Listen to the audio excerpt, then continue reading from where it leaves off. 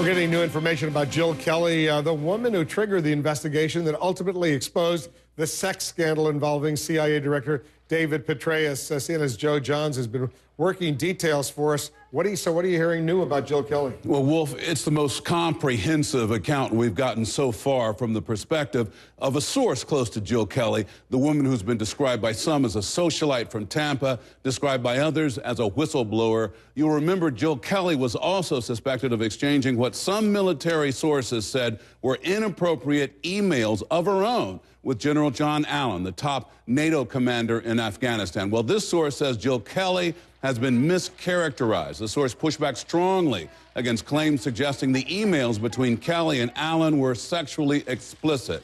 Depending on your lifestyles, quote, it says, you might decide that some of them are inappropriate, but that's all in the eye of the beholder, the source said. They are not, as far as I can tell, overtly sexual, end quote. We've also heard a lot about an FBI agent involved in this case who allegedly sent a shirtless picture of himself to Jill Kelley. The source downplayed that part of the story big time, asserting any photos sent were not sexual in nature. On the other hand, the source said that very same FBI agent told Mrs. Kelley that he was contacting members of Congress about this controversy.